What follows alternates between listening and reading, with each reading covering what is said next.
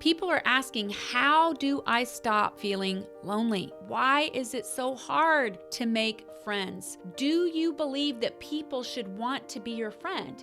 Because if you don't believe that, of course you're having a problem making friends. And it's also heartbreaking because that tells me that you have identity-based lies, that you have shame-based lies. If you are kind to people and they don't want to be your friend, that's on them. And you and I need to have the sense that that's their loss.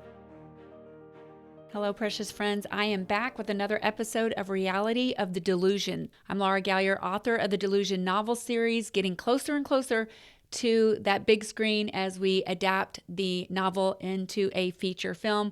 More about that a little later. I have an incredible life story to share with you today. I have a guest that I interviewed recently, and I am going to play that for you, and you're going to get to hear that toward the conclusion of this episode. You definitely want to stick around for that. We're talking today about the subject of loneliness. Did you know that on average, tens of thousands of people, it's estimated, are Googling, why am I so lonely? And that's in the United States alone. When we think globally, who knows how many more people are searching that up? And if you think about it, it's so telling that we're taking such an important personal question to Google. That is actually a symptom of the problem, isn't it? If you don't think so, we'll talk more about why I would say such a thing. You know, we have internet connection. We have social media and phone contacts, and yet there's so little connection and meaningful contact. Ironic, isn't it? And maybe you personally are isolated and you admittedly look around and say, I just don't have enough companionship. I don't have enough relationship in my life, and I have a hard time making friends. We're going to talk about that today. But for a lot of us, it's not that we aren't around people or that we don't have friends. It's, in a sense, perhaps more disturbing that we are surrounded by people and yet we still feel terribly lonely. Why is that? We are going to talk about that today. And I say, why drag our feet? Let's just jump right in. Why is it that I can have family, friends, classmates, if you're still in school, coworkers, whatever that looks like in your season of life, and still feel lonely? Well, I'm going to tell you, because if our relationships are missing these three things, yes, we are going to feel lonely even as we're surrounded by people. What are those three things? The first one is depth. So often our conversations are shallow. The things we're talking about, maybe they're fun, maybe it's hobbies, maybe it's sports, maybe it's just some funny story, and that's fine. We need that. Not everything in life can be heavy and deep, and I'm not even advocating heavy, but I am advocating that relationships at times in the right context need to go deeper. We need to be able to be vulnerable. We need to be able to talk about things we're struggling with, questions we have that we're taking to Google that we could be taking to one another, our feelings, things that are hurtful, things that are scary, things that are unsettling, imperfections about ourselves, big philosophical questions about things that really matter like God and life and our future. We need to have people in our lives that we can talk to about this stuff. Obviously, it's not going to be everyone. There's that whole layer of interaction that is with acquaintances. We know that. There's also the right time and setting. But absolutely, we need depth of conversation, which creates depth of connection. So important. Coupled with that, we need loyalty. So if we're talking to someone and we're thinking the whole time, like, do they really like me? Are they going to go tell someone everything I'm telling them? The golden rule, if someone will gossip to us, they will gossip about us.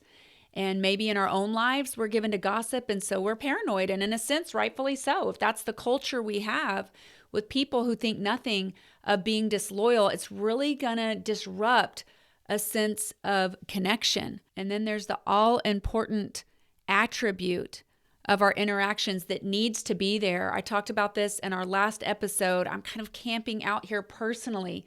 I really feel this is something that is hugely overlooked in the mental emotional health field, even spiritually. It is essential. What the sun is to plants, this is what this is to our souls. You say, what is it? It's nurturance. It's nurturance. This is often equated as a feminine attribute, but men can be nurturing as well. It means that we have empathy. It means that we're caring. It means that we're attentive listeners, that we're not lost in just being self-absorbed and distracted and, in a sense, shallow and emotionless. Our emotions just numb and behind a wall. On the contrary, we're nurturing. We say affirming things. We let people know we care. We don't always have solutions to their problems. We can't always fix it, but we let them know that we really care, that we empathize. That is nurturance. So let me repeat, our relationships, our interactions need depth, they need loyalty, and they need nurturance. And that is what equates to a sense of connection. And without that, we won't feel connected. And you know what's coming to me? This is not in my notes, but it just popped in my head, is so often we turn to a dog or an animal for that. And it's not wrong to cuddle animals. I'm a dog lover. I get it. I'm an animal lover. And that's not a bad thing. But when it starts to replace human contact, that does become problematic. But sometimes we're settling for the loyalty and nurturance that we can have with an animal. But unfortunately, or maybe fortunately, because that would be a little odd, they do not offer us depth of conversation. They're not going to be able to talk about things and be there for us on a deeper mental, emotional, spiritual level. And I just want to reiterate what I said, that we can come into contact with other people without ever having connection. We can talk, we can have long conversations, we can go to sporting events or go to different places, vacations, and still lack these three things. And we can leave feeling lonely. We can sit there the whole time in a crowd feeling lonely. And certainly we're not going to find these three things in a crowd. That's not where you find these. You find these one-on-one or in a smaller group of people. Guys, the number one place that we are supposed to experience a sense of depth, loyalty, and nurturance is in our family of origin, growing up. But how many of us had dysfunction? Or maybe at the very least it was inconsistent. Maybe there were one or two of those qualities, but others missing. And we just didn't have that.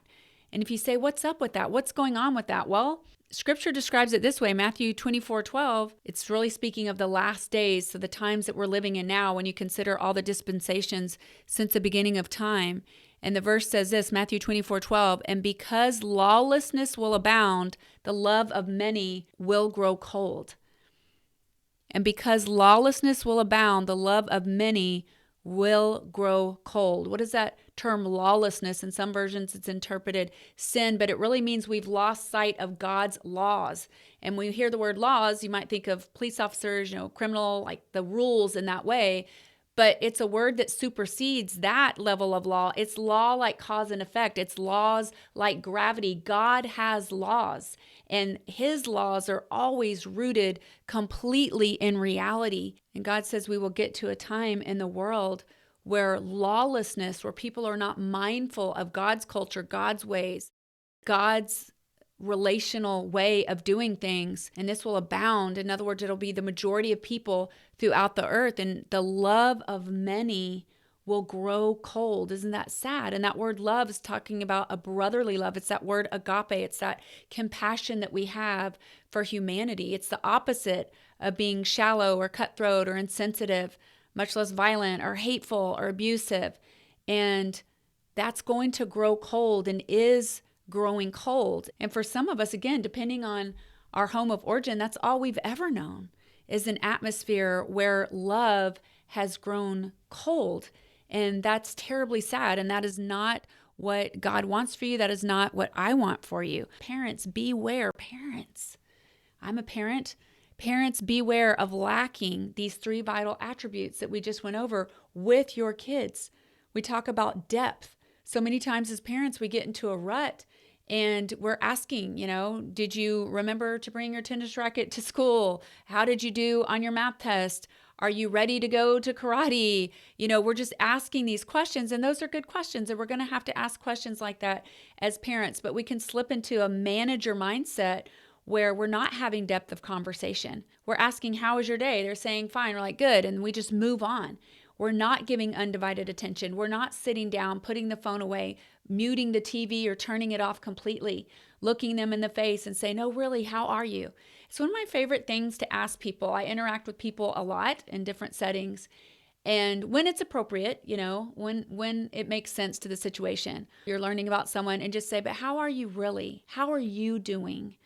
And we definitely want to have these conversations with our kids, consistently asking how they're doing, opening up appropriately about things that are hard in our day, hard in our world, and what we're going through, and being good listeners and caring about the deeper things of how they're doing. It's almost impossible. I'm going to make a strong statement, but I'm going to stand by it.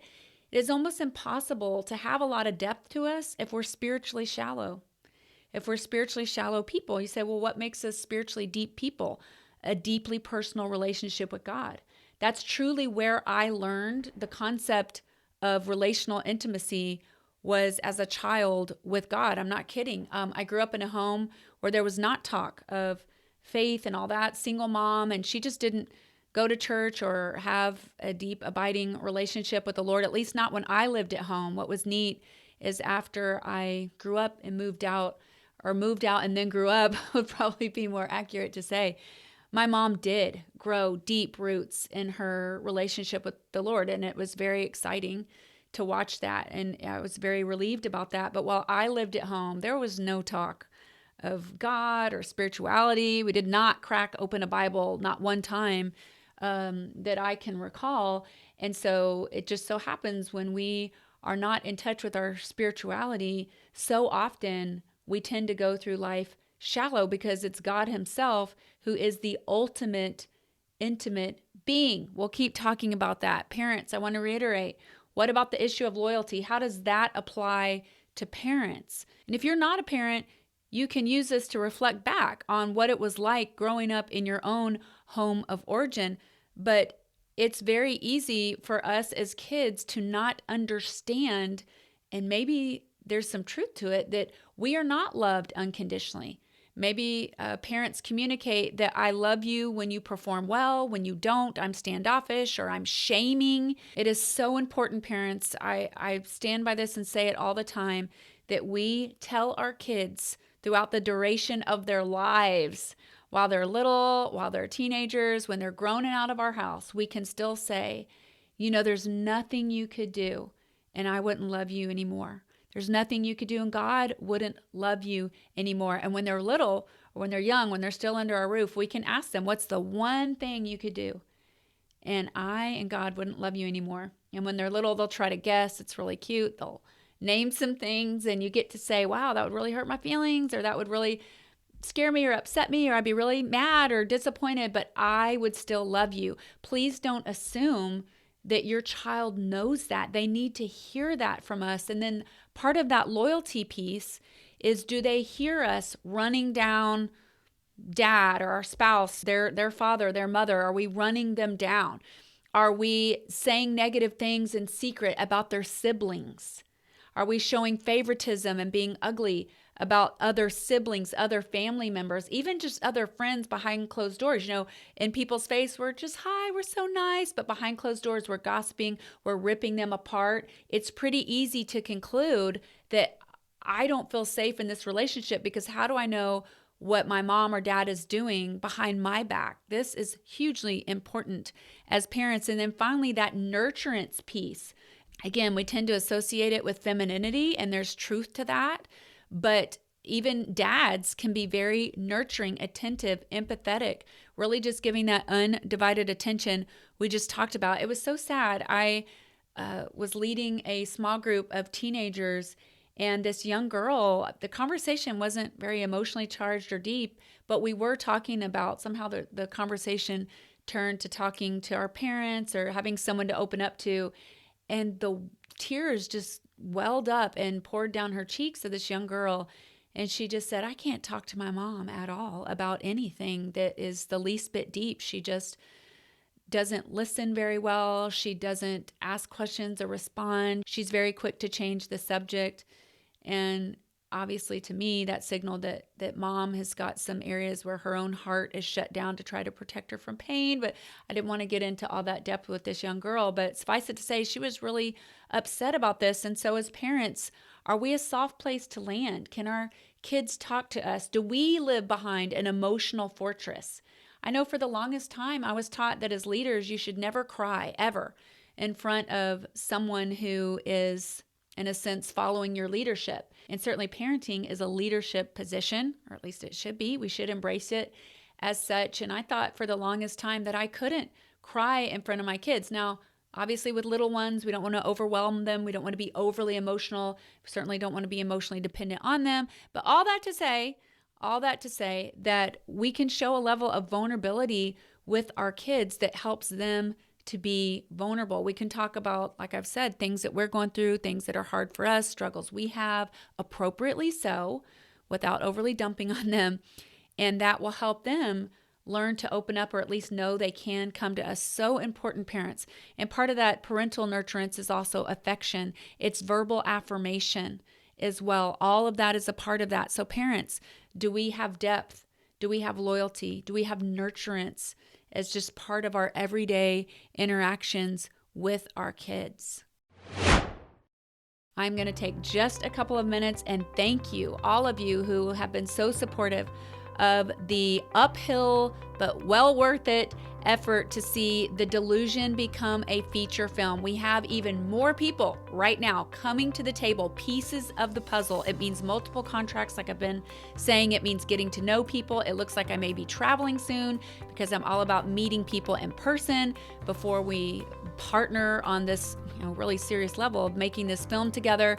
And so all is clicking and going well. Thank you so much if you're a person of prayer for praying. And thank you to those who have gone and signed the registry stating that you want to see this movie. If you have yet to do so, it takes less than a minute. Delusionseries.com. You can go sign that registry. We have people from all over the world signing that. That is so amazing and helpful. And if you have yet to read the Delusion series, you can find it on Amazon. You can order it through major bookstores. The Delusion series by Laura Gallier. You can get a hold of it. It is about spiritual warfare, but in a modern, very relatable setting, very timely. There's also a workbook called For Freedom, like the number 4. You don't have to have read the series to do the workbook. It does reference the novels at times, but it is a fantastic study to do in a small group, to do as a parent-child, a husband-wife, or among friends, or even just by yourself. You could do it that way as well. But we're talking about loneliness, so I would encourage you to get with a group and do the For Freedom study. It's all designed to help us be healthy spiritually, mentally, emotionally, and overcome enemies of the soul. And where there's often a lot of imbalance when people talk about things of that demonic realm and spiritual warfare, people can get very sensational. It is my goal to stay biblical, to stay grounded and holistic, so that spirit, soul, body are all represented. I wish I could say more than that and give more updates. It's going to take time. Thank you for being patient, but I will circle back and let you know exactly what's going on as soon as I possibly can. Thanks again. So again, we said the number one place to experience depth, loyalty, and nurturance is family, but second to that should be community, right? Neighbors. Y'all, have I ever told this story on this podcast? I don't know if I have. This is not an exaggeration, okay? I am not exaggerating. I have lived in this home that I live in now for, I want to say 15 years. And I know my neighbors to the right. I know my neighbors across the street. I have some neighbors to the left. I know the man who lives there. But I kid you not, I have never one time, I'm not exaggerating, in 15 years seen his wife. The way our driveways work, when we get in and out of our car, our driveways are kind of long, and so you don't actually see people when you're getting in and out of your car. You would have to pull out of the driveway and see them in the yard, and she's obviously not in the yard much, which is perfectly fine. But I have never laid eyes on her, and I say that because that's crazy, right? That we could live in a day and time where you could live next door to someone. And I take responsibility. I mean, you're probably thinking, gosh, would it kill you to walk over and knock on the door and introduce yourself? No, it wouldn't. But there was a day, you guys, just socially where you always knew your neighbors. Churches were tiny and on the corner. They were not these big entities. There were community groups and just all kinds of things. This has changed so rapidly. I don't want to get into why, and I don't want to harp on it. But you guys, we're losing the connections with just everyday community. And I read such an interesting article that we're really feeling it in the workplace, because what's happening is where people lack depth, loyalty, nurturance, and outlet, right? For connection and for getting advice and being listened to and processing. I'm a verbal processor. I need another person to talk to. But what's happening is a lot of times this is getting taken to work because we don't have it going on in the house. And so it's really changed the workspace where a lot of times, instead of just working professionally on projects and sort of having professional boundaries, there's just people coming to work and they can hardly focus because they haven't had an outlet to deal with their mental, emotional things that are going on. They're wanting counsel. They're getting overly deep at the wrong times. I'm not saying there's not a time and place to open up and bond with our coworkers, but I'm just talking about the fact that the need is bleeding over into the work world and blurring the lines of professionalism. And it's actually causing people who are empathetic to get worn out at work because they're trying to do their job and be there for all these people. Again, it was just like this fascinating article about how it's changing things in the workplace. But the main thing we need to understand is it wasn't always this way, and that we need to seek out and reestablish those kind of relationships where we are actually connecting at the right time with the right people. It's not uncommon for people to Google and ask, how do I stop feeling lonely? Well, let me ask you something. How often are we scrolling on our phones and looking at social media? Does that offer us depth, loyalty, and nurturance? Not at all. But we tend to spend hours doing that. What about TV shows that we're watching TV shows? I'm not saying we should never watch TV. I'm not saying we should never be online or social media. What I'm saying is we spend the vast majority, a lot of us, not all of us, a lot of us, doing that and then wonder why we feel lonely. What about turning to alcohol or drugs? We've talked about that. Please, if you missed the episode on functional alcoholism, you'll want to go back and listen to that. But we really broke that subject down. But a lot of times the loneliness will drive us to addiction, drugs, alcohol, a form of escape. But that form of escape will never offer the depth, the loyalty, the nurturance, the connection that we need. We talked about food in our last episode and how it's a fake friend and how we can turn to food in loneliness. And neurologically speaking, it will cause a reaction, that dopamine high, but it doesn't satisfy in the long run. We don't actually experience connection now, do we? And then there's the whole issue of sex, which we talked about, sexual addiction as part of the series. We talked about all this. So I'm not going to re-communicate all that, but think about it. Is there depth and real connection in sex? Well, that definitely depends. Because if we have casual sexual relationships, if we have uncommitted sexual relationships, which I'm going to mean anything outside of marriage. And if you say, excuse me, my partner and I are not married, but we are very committed. There's a difference between glue and a sticky note. All right. A sticky note is very committed for the moment. It's also made to easily unstick. And I'm not beating anybody up here. I'm just saying, as a culture, we've settled, we've robbed ourselves really of the relational richness of that till death do us part commitment. I know I was married and divorced very young in life. I got married, but I was not prepared to sustain that relationship, and neither was he. And so marriage doesn't fix a broken relationship, right? What we want is healthy marriages, healthy committed marriages, and sex within that boundary and that blessing of healthy committed marriages. We're talking about the issue of loyalty. How loyal is someone being when they won't commit, or they're holding out, or they're saying, well, I'm into you today, but I don't know about tomorrow. There's that sticky note. No, we are to be glued in commitment when sex is involved. And some of us are really lonely. We're like, I don't understand why I'm so lonely, but we're sleeping around. Or like I said, we're giving our bodies to someone who has not given their soul to us through a legitimate commitment with witnesses and vows, right? Anyone can say, I'm all into you, I'll never leave you. That's easy to say. Again, you can get married and still leave and still break your vows. But I'm talking about marriage in the right spirit, where we mean those vows, where we're prepared to stand by those vows through thick and thin. And then, can you think of anything that lacks substance and connection more than pornography? Anything at all that has less depth, less loyalty, and less nurturance than pornography? I would dare say it's impossible to be addicted to pornography and not on some level struggle with deep loneliness. It's just part of the territory. It just comes with it. So I know I went on a little rant there, but let's go back to our list. We're answering the question, how do I stop feeling lonely? Interestingly, there's AI, right? There's AI. People are turning to AI for more than data retrieval. I'm all about AI for data retrieval.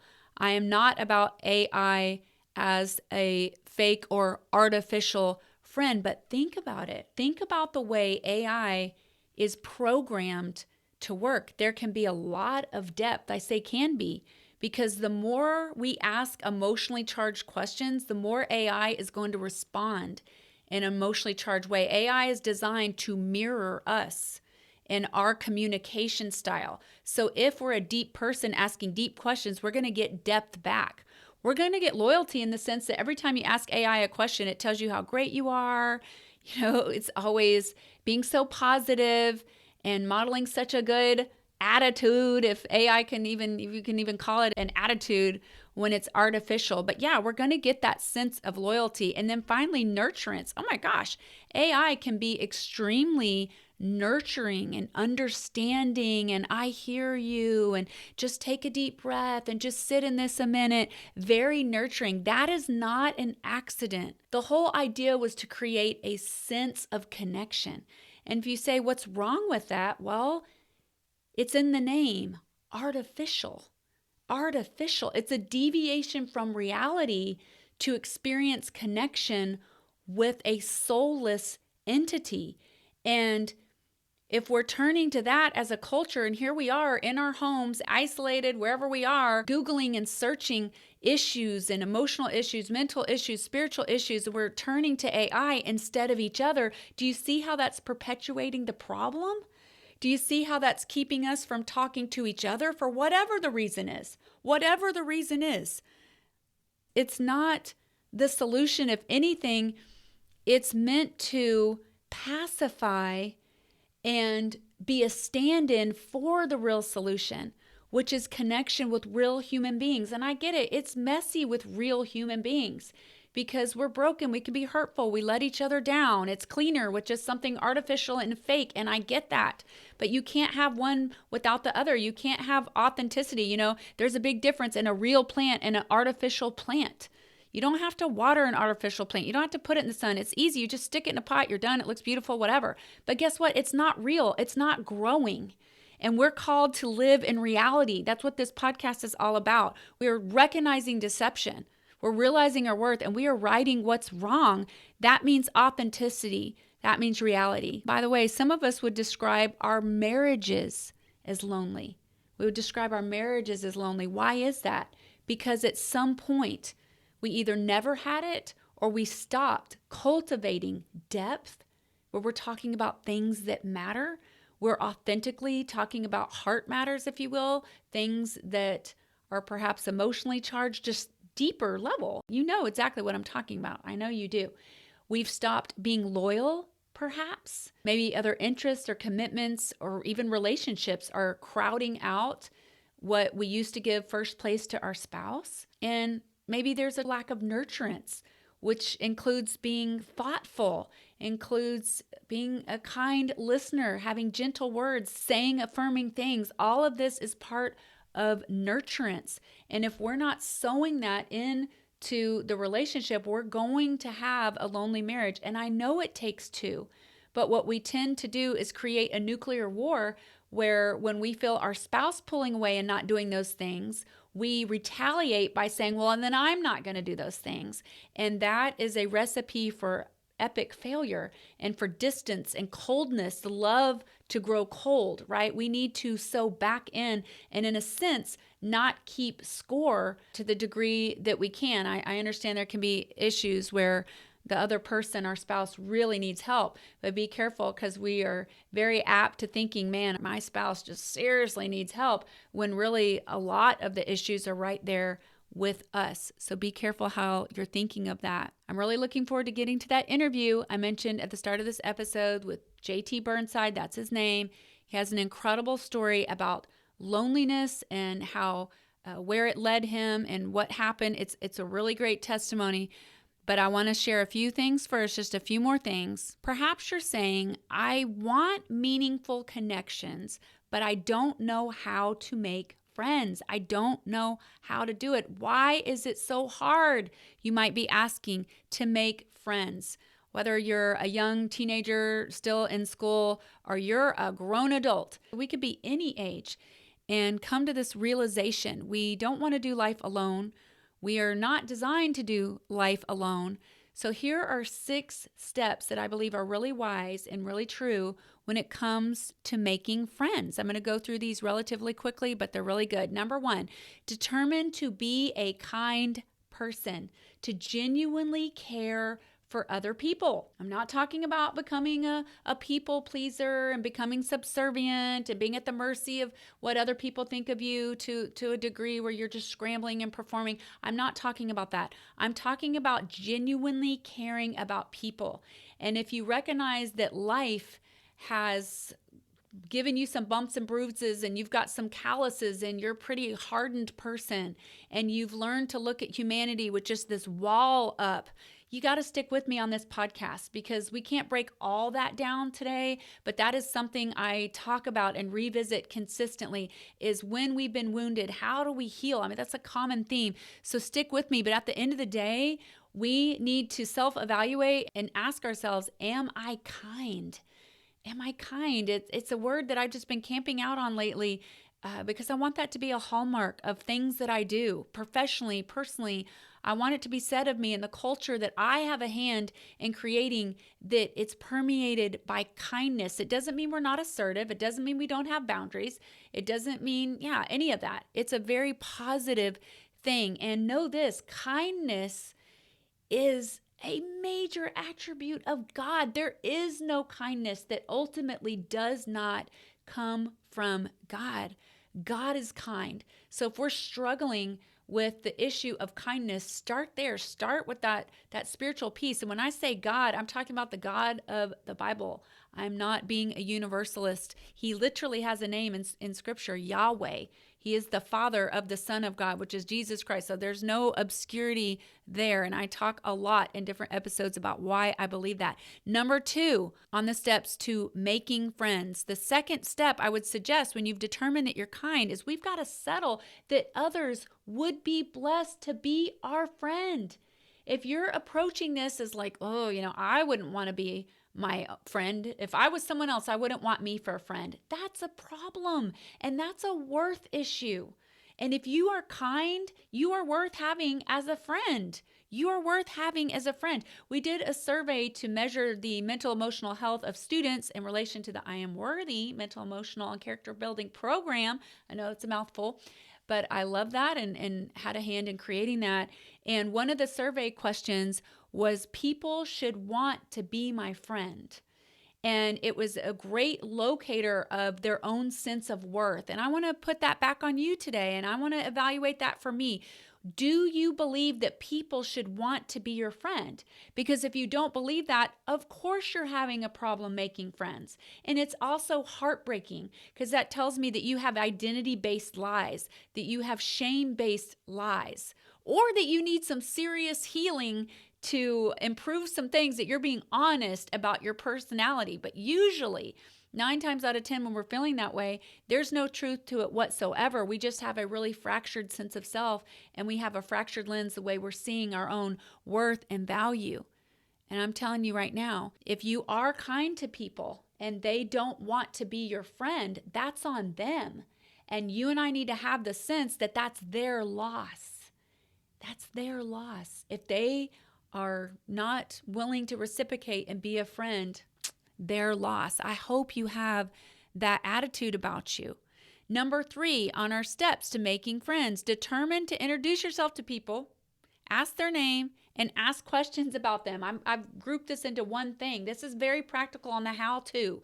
Be willing to go up to someone, say, hi, state your name. What's your name? Or usually they'll tell you. When you say, I'm so-and-so, they'll usually say, I'm so-and-so. And then if you've just come prepared with one question, like, oh, so, what's the quintessential question? Do you come here often or whatever? What school do you go to or blah, blah, blah. Just approach with one question in mind and maybe two. And when you ask people about themselves, they will usually respond. Every once in a while, someone is super introverted, right? And they're just going to give you one word answers and be very hard to conversate with. Think of it as like a bee going in a flower, look for any pollen. If there's no pollen, you move on. You can move on. But there are people out there. Trust me, I go to networking events all the time where I don't know anyone. And I just kind of wait till someone makes eye contact or I approach someone and I just start talking. And it's not that I just have this, over the top confidence or something. I just genuinely love people and I do want to know about them. I believe in living life genuine. And so I'm encouraging you, if you're afraid to approach anyone and say your name and ask their name and ask one or two questions, see if they'll then start asking you questions.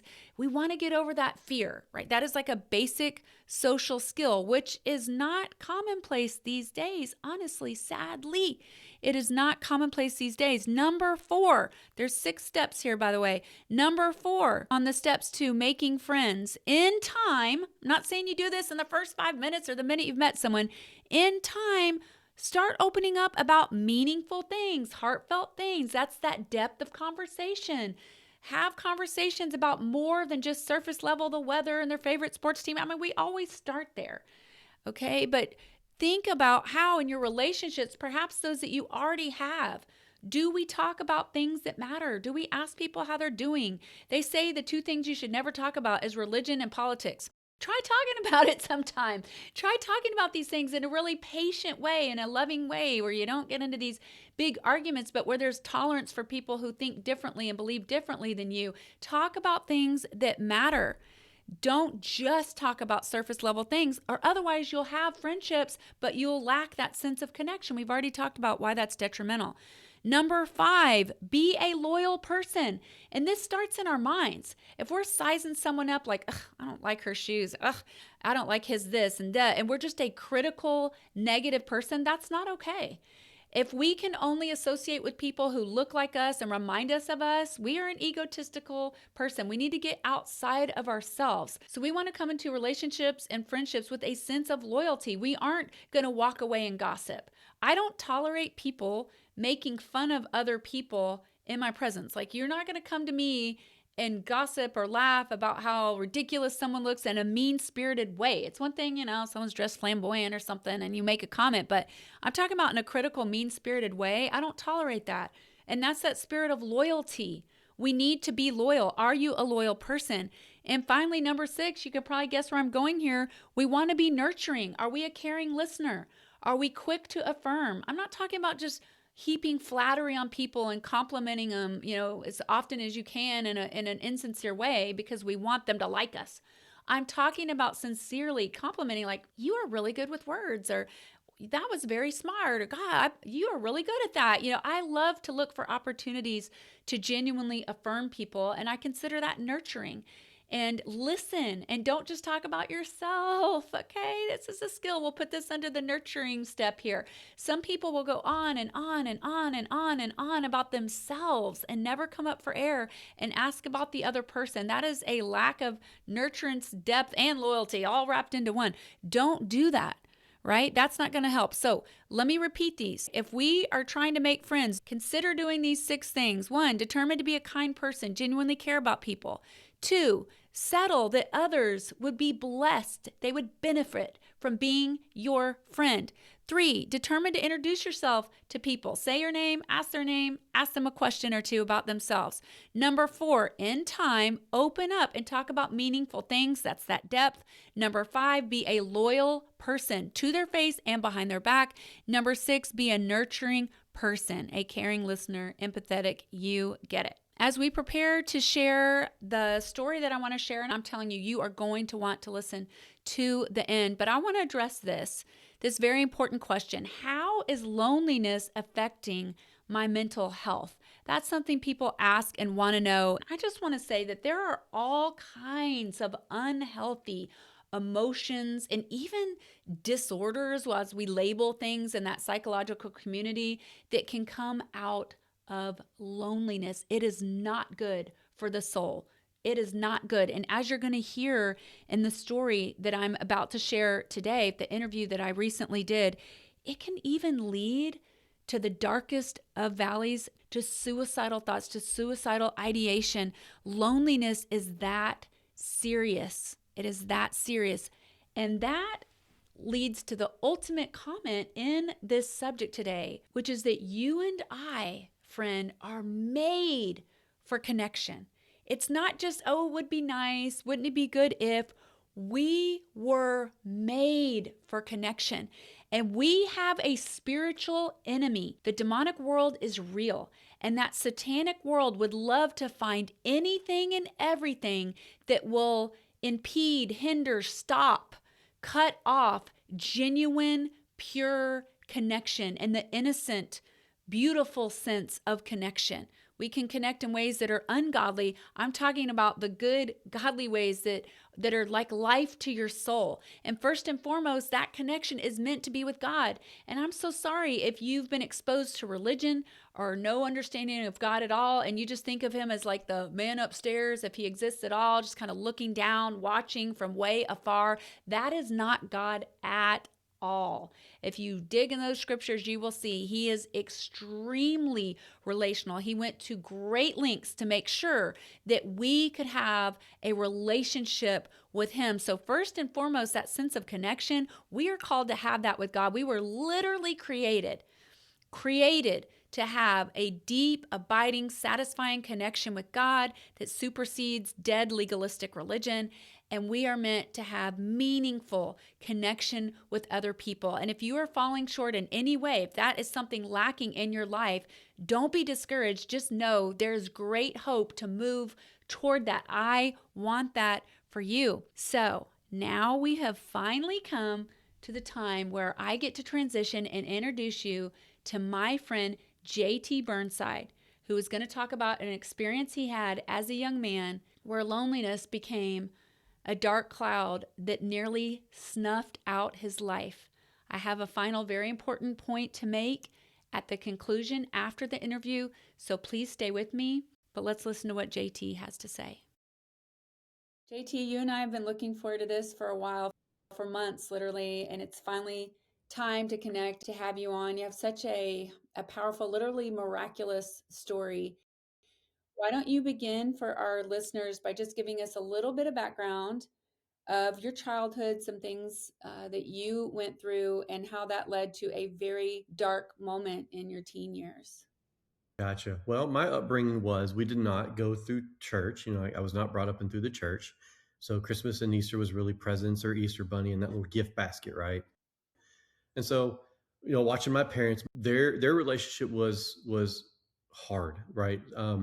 They're emotional people and they express it openly. And I was a very quiet and shy kid, and so I would retreat and turtle into my shell quite often. I'd kind of stay in my room, and because of that had brought me to be not very social with other people. And so going through school, it kind of felt like I was walking around alone, and it led to a lot of depression. And the only thing that I felt like I was good at was baseball, which I was, until right before senior year my arm popped and I tore my rotator cuff, and that took me out of baseball. So like the one good thing that I thought I was able to do was Mhm. gone, and now I had nothing, or I felt like I had nothing.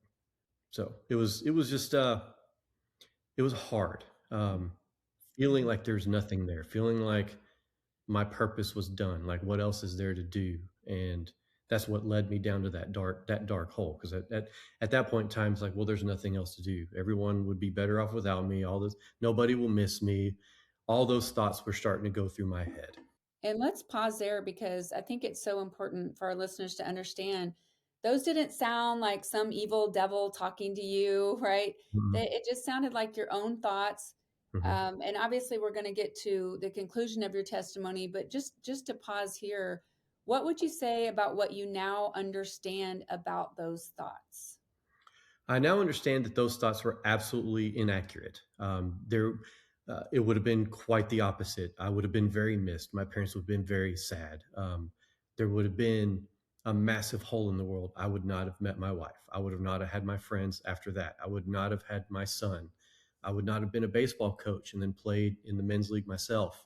I got to play in the All-Star League and the Rough Rider Stadium. That's the Frisco Rough Riders, the double A team. I got to play on there my last game before I became a coach for my son. So, you know, those thoughts were not correct. They were not real. They were not godly thoughts. Now, I did not know that at the time. And like you said, we'll get to that later, but they were completely inaccurate. It was a reality based off of untruths, is what it was. So when did these thoughts compile to the point where it was what we call that dark night of the soul moment?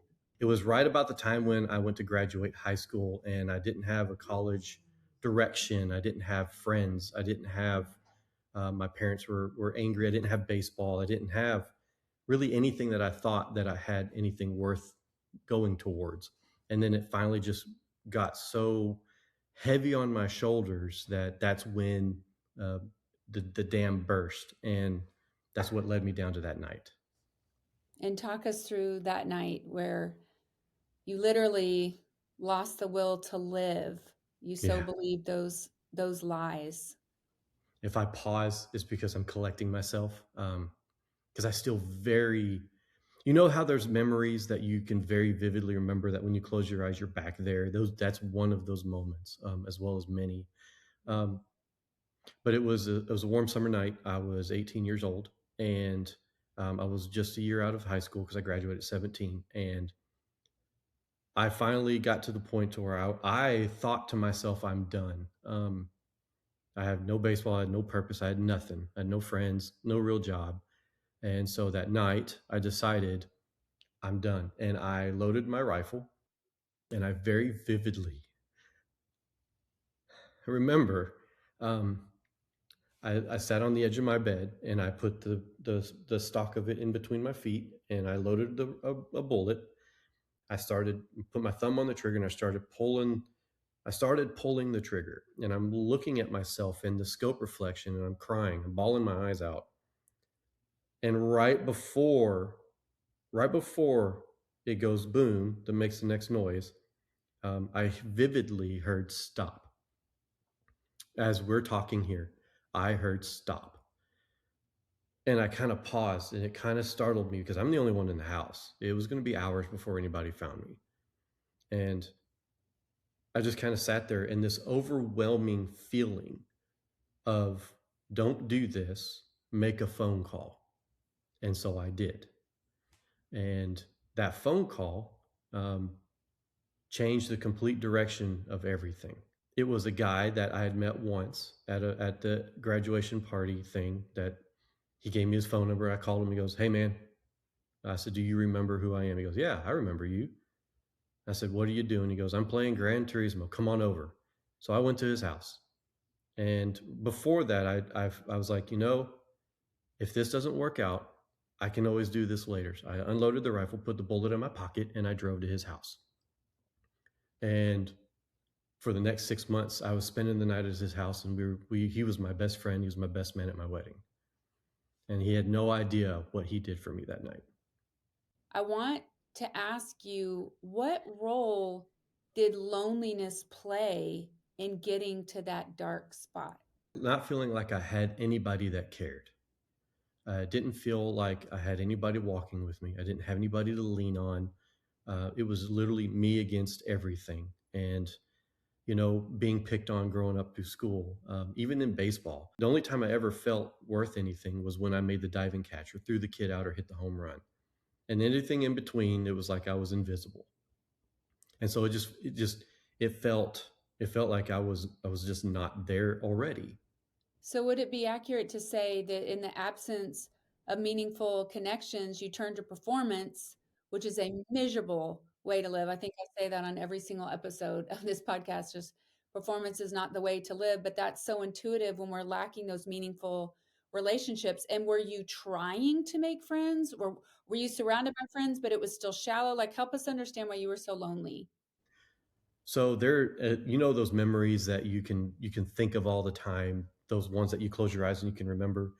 I have an awful lot of those, even through baseball. People that would say that they were my friend, come to find out they were using me, in my eyes, using me to get to something else, picking on me, um, laughing at me behind my back, talking about me behind my back.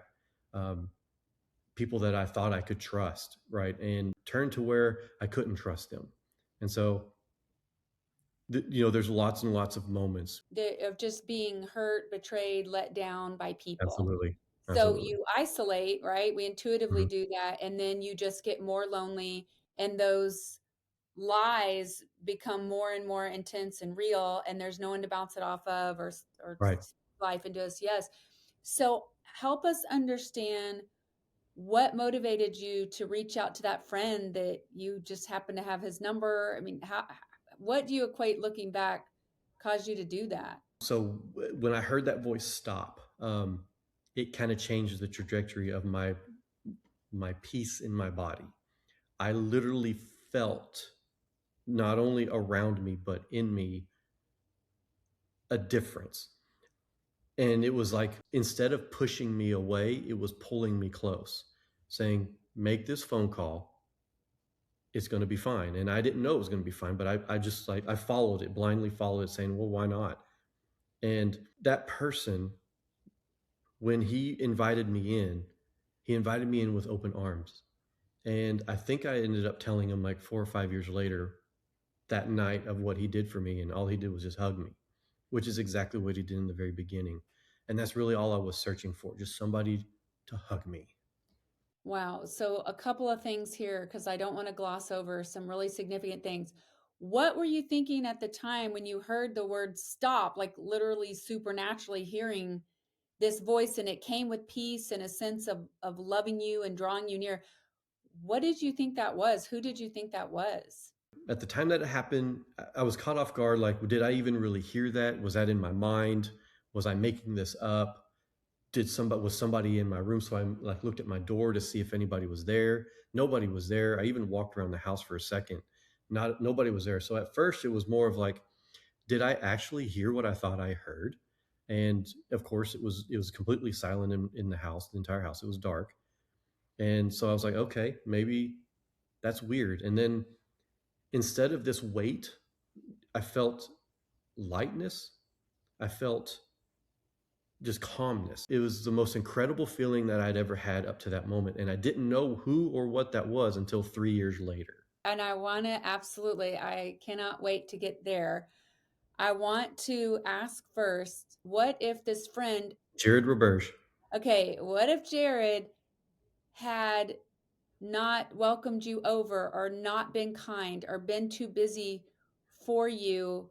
He had no idea you were in the darkest valley of your life. And even to give you his phone number like he did. As a young person or any adult anywhere, you have no idea what somebody's going through, and treat everybody as if it is in their lowest time of their life, and just smile, say hi, ask them how their day is, how you can help them. Just be kind and be loving, which is what we're commanded to do. But the biggest thing that would have helped me and did help me with Jared was just loving me for who I was, not expecting me to be who I wasn't, and just letting me be there with him as part of the group. It was the opposite of what I've been dealing with all my life. He enjoyed my presence there. He looked forward to us hanging out. He was my right hand man. I was his right hand man. I am who I am today because of who he was to me then.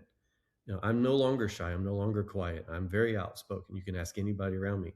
My wife is constantly behind me, shaking her head or hiding, like, please don't say anything. It's kind of funny.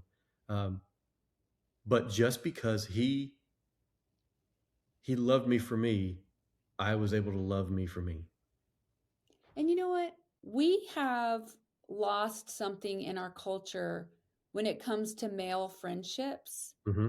But men, just like women, men were always meant to Hmm. have brotherly, friendly affection. Hmm. And to act like that is somehow not masculine, like our culture wants to paint such a false picture. But listening to you, that literally became a lifeline and such a source of what you needed and what we're wired for. That's correct. We're called to fellowship. We're supposed to break bread with one another. Jesus washed his disciples' feet. I mean, we're called to serve and be with one another and to love one another. Men that lift each other up and go through the dark stuff together are always stronger. Iron sharpens iron. And, you know, men need to come to understand we have to have something we can lean on, someone we can lean on, someone we can talk this stuff through, that we know we're not the only ones fighting this fight. And that is actually very, very masculine. And that's what Jesus calls us to be. Oh my gosh, Mhm. that was so good. After you became friends with Jared and that really met a need, did you talk to your parents at any point, or did you tell anyone? You just kept this and kept that bullet, right? Physically kept the bullet to the point that you have it today. This is the one. This is the one that I unloaded. I've got my semicolon there. Where the author decided to not stop the story and keep it going. And in that moment, I decided to keep my story going through the grace of God, which, like, we'll get to that in a minute. But yes, it's a good reminder of where I was and where I will never go again. And it's funny because even though I was hanging out with him and I still had friends and stuff, my overall situation still didn't change. I still didn't have college. I still didn't have a good job to speak of. I had no girlfriend. He was really my only friend. I was in the same situation. However, because of that peace that came over me, that I didn't know what it was until later, I never had those same dark feelings. I never went back to that place. And it's a complete 180. Wow. Well, I can't wait to talk about what that voice is and why I believe, and I'm curious if you'll agree with me, the way I'm going to frame it, that I believe you had instant peace afterwards. But go ahead and keep the story going. What happened from there? So as I said, that night I went and hung out with him, and for 6 months straight we were hanging out. Ended up getting a job. I worked as a service advisor at Eldorado Chevrolet for 7 years. It was my first real job. So I'm 18 there. Got my own apartment and had a good friend. My friend group was growing, but still didn't have that love, that desire that I was hoping for. Uh, until 3 years later, which is funny because when they say God's timing is perfect, from the time when I get there, it took 3 years, and I met who is now my wife, and we went through that premarital counseling because we were getting married at a church, and it was at First Baptist McKinney, and now it's called First McKinney. And Andy and Mindy Bush were our mentors. And the very last night, I very much remember this. It was in the wintertime. We were in there in the living room, and I think it was the Friday night, the last night. Andy looked at me and goes, "JT, I love you too much not to tell you about Jesus." He goes, "It means too much to your wife, and it means too much to your marriage. I can't let you go without telling you about him." And I remember sitting in their living room, and he was telling me about Jesus, and I accepted Christ that night as my Lord and Savior, and then followed again in 3 months later in believer's baptism with my wife in the water with me. Now, I now know that was Jesus telling me stop. Mm. He was with me in my darkest moment. When I was the loneliest and thought nobody else was there, nobody cared, he was sitting right next to me. And before I was lost forever, he said, stop. And it was because of that I am able to be here. And that's why I tell people, listen, in the still, in the quiet, he's there. It doesn't matter where you're at in life. It doesn't matter what you're doing. He's right next to you, walking beside you. I had no idea, but those first 18 years, he was with me this whole time, and I had no idea. I just needed somebody to tell me who he was. And when Andy told me, I was like, okay, that makes sense now. And it took some time to figure that out. And it's like, it takes me back to Isaiah 41:10. I wrote this down. It says, "Do not fear, for I am with you. Do not be dismayed, for I am your God. I will strengthen you and help you. I will uphold you with my righteous right hand." And he left the 99 for me and sat right next to me in my darkest moment and pulled me right out of it. Because if I'd have pulled that trigger, I'd have been lost forever. Mm. Wow. Sorry. No, you don't. You don't have to apologize at all. I'm just thinking about the authority of his voice that not only spoke to you, but I believe that that peace that came over you is when Jesus said stop. It was also a stop to those evil demonic forces that were partnering with your own psychology and wrong Mhm. thinking, but were bringing in incredibly oppressive feelings. Mhm. Demonic forces do, we have our own feelings, but they bring their atmosphere of hell, which is fear and depression and anxiety and sadness on top of what we can experience in our own psychology. Again, to be clear, we're spirit, soul, and body. Do you agree that there was an authority there that really spoke into the spirit realm as well as your natural ears and said, stop? 100%. Because again, there was nobody in the house. It was me, only me. There was no radio, there was no TV. I mean, this is back in 99 and 2000. So there was no iPods or anything like that. It was literally me in my house by myself. And to hear the stop, like you said, I really love how you said that, with authority. And I never even thought about it, that not only was he telling me to stop, but he was also telling Satan to stop. Stop, get behind me, Satan. And I love how you put that, because it's exactly what happened. Mm. And it's like the second that happened, it was almost in a, I know some people say this, like his eyes were wide open, my heart wasn't hardened. It was like a sheet was removed from my head. And it just, if the world felt different, life felt different. I've never been depressed at the point where I'm like, I need to end this. Never. I've still had hard moments. Like I said, for 3 years, I had my friends, but I always went home alone. I didn't have a girlfriend. I didn't have anyone to love me that I thought of, until my wife stepped into my life out of nowhere. Hmm. And you've already said it, but I just think it bears repeating that you weren't aware that you had a God who loved you and was present. We read that God is omnipresent, and that can almost sound, like some cool superhero quality or something, or maybe even creepy that he's spectating. But it's none of those things. When the Bible talks about him being with us, it's the same thing as him being for us. It's loving, it's more than spectating. What would you say to someone who's listening right now and they don't have a Jared necessarily that's coming to mind, or you've mentioned a girlfriend or just a companion? What would you say to them about Jesus being enough? I would say that, had I known who Jesus was at the beginning, I probably would never have felt as lonely as I was, because I never am lonely. We're never lonely. He's right there with us. But to understand the power and the authority that Jesus has to love me enough to tell me to stop, to tell evil to stop, to leave the 99, like I said earlier, and to seek the one, the lost. It goes to show that his love is so strong for us that he seeks us before we even seek him.